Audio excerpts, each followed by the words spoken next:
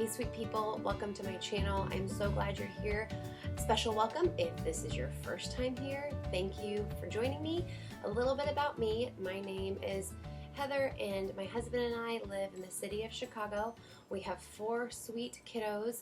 We are a church planting family and our youngest child has severe special needs. So why am I here on YouTube? When we started out on our special needs journey, I would get on YouTube and I would type out things like how to emotionally get through a diagnosis.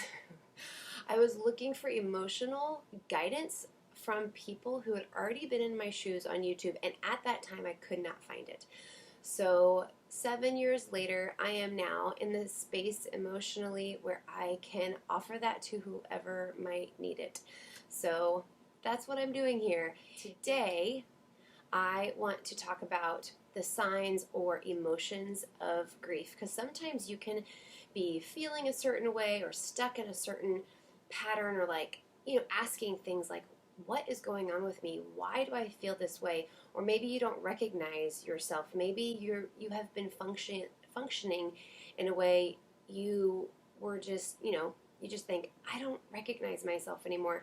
So I want to talk through a list of emotions that helped me to identify what was going on, and maybe it'll help you too. So as I share these tips, my heart is to always share my story, to weave in my story into the things that I'm sharing that have helped me in this process.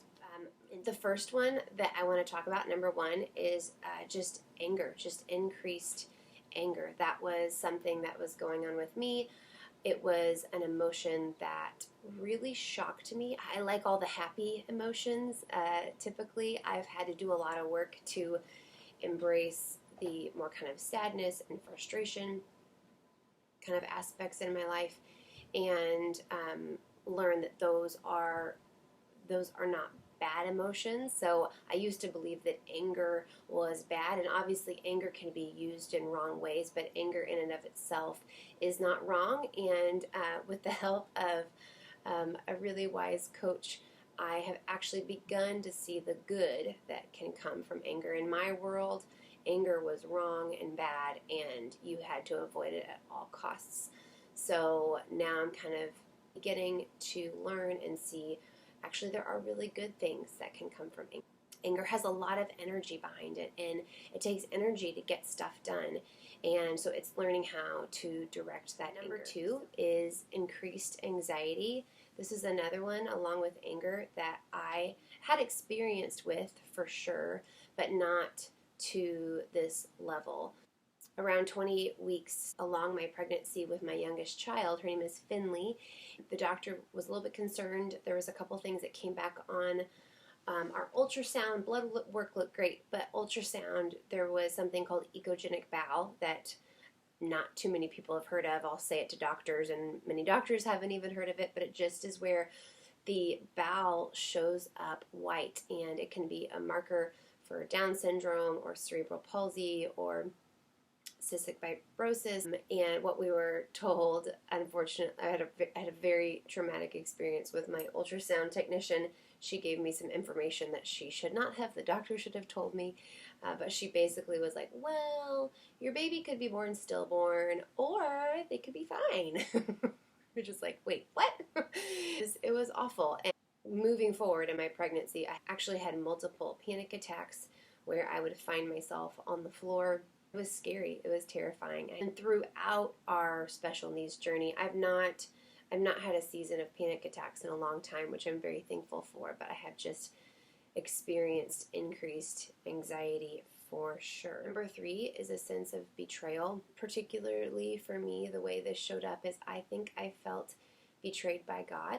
Not that He betrayed me, but I felt, just exposing my bad attitudes, but I felt like we had laid down so much, and then to be given a life-altering diagnosis, I just felt like, have you seen what we've done kind of thing, which isn't the way it works. It's not like, oh, I put this much in and then this is the life that I get. No, life is just hard. Jesus says, in this life you will have trouble, but rejoice because I have overcome the world. The idea is that we will have trouble and Jesus has overcome the world, so we can have hope in Him. Number 4, despair, just a loss of hope. I think in the beginning of our special needs journey, I had a lot of hope.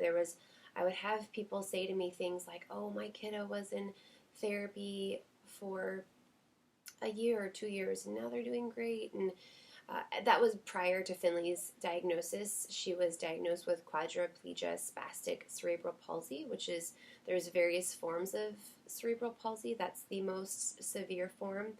And then within each diagnosis, it can look a variety of ways. So for her diagnosis, she's doing good. There would be some kiddos with her diagnosis that are walking and talking, and others that can't even lift their heads off of their wheelchairs. So she's not walking and talking, but she's very expressive, very emotionally connected. She's doing well. It's only been recently that I feel like my hope has been restored. I would say even in the last 6 months. It's not like, oh, things have gotten easier or better. They're probably harder in ways. I forget what number I'm on. These aren't really numbered anyway. But the next one would be emptiness, which kind of goes along with despair, just feeling hopeless and sad and like you have nothing to give. And I definitely related with this one. I just felt like nothing I did mattered.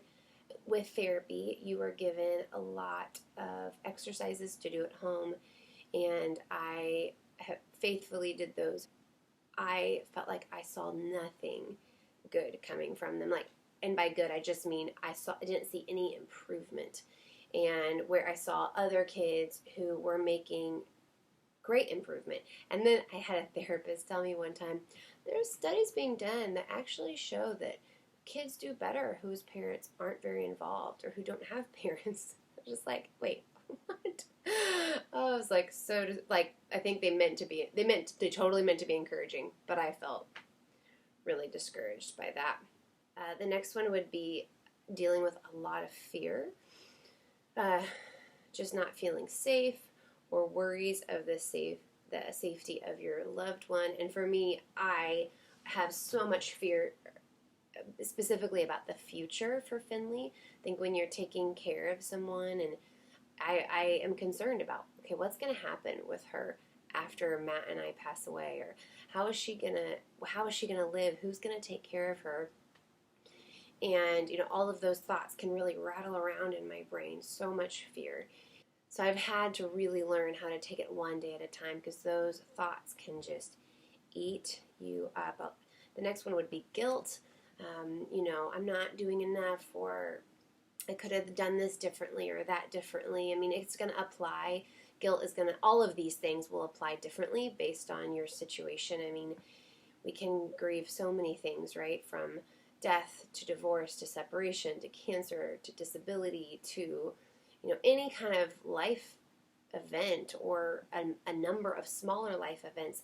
But it's where our expectations are just not met, which is a lot of life. So grief can be really big, and it can be the buildup of a lot of small things. So the next one would just be helplessness. This kind of goes along with maybe fear and guilt, just feeling like there's no one who can help, nothing anyone can do to make a difference in this situation. And again, I can relate with all of these, just feeling like it doesn't matter. Oh, the next one would just be an increase of impatience. I think all of us can grow in patience, not grow in impatience, but just having difficulty waiting through so many different things in life. Waiting is so hard. Feeling isolated. Oh my goodness, I felt this way so much. Feeling removed or far away from others, and that can be a combination of you're going through something difficult, so you kind of can naturally withdraw, or whatever your situation is going through. Maybe you have had a cancer diagnosis that, especially during this time of the pandemic, you've had to isolate yourself and really protect yourself.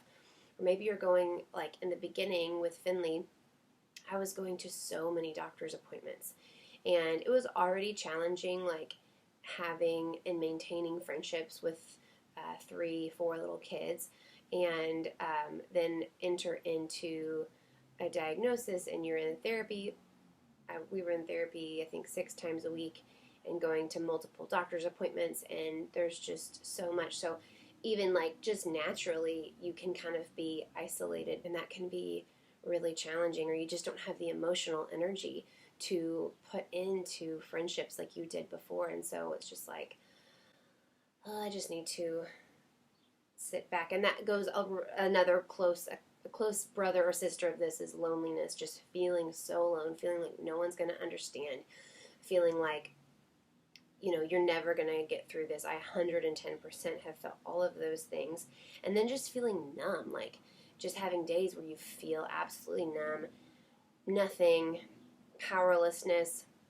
It's another word that you just feel like there's nothing you can do to change the situation. The next one would be uncertainty, just not being able to make decisions, decision making being very challenging. And I already was a person who struggled with making decisions, especially if there wasn't like a clear right or wrong. I was just like, I don't know. And you can kind of see how all of these are linked and kind of all spiral together. So I hope that that list is helpful. Maybe it helped you to put some words to some feelings that you may be experiencing. I know for me, as I have gone through this journey of grief, I never want to communicate that my daughter is a source of grief.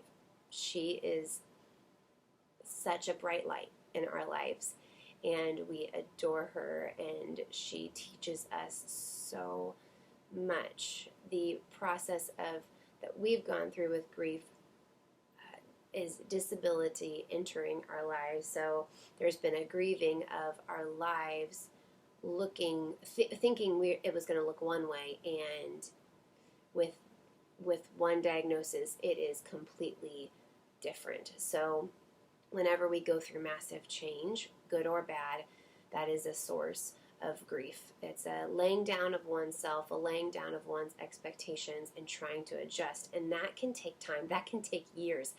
There's a book that I love called Suffer Strong by Catherine and Jay Wolfe. And Catherine Wolfe had a stroke I don't remember exactly what age, but she was mid-20s.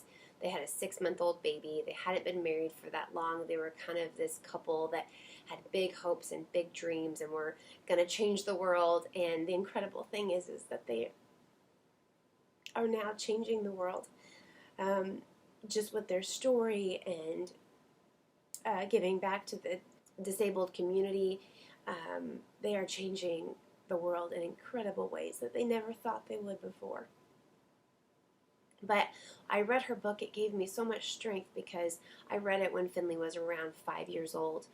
And I will never forget, in there it says it wasn't until year 5 that we actually felt like we could even have a conversation about how God might want to use this to glorify himself, or how we could use our experience to help others.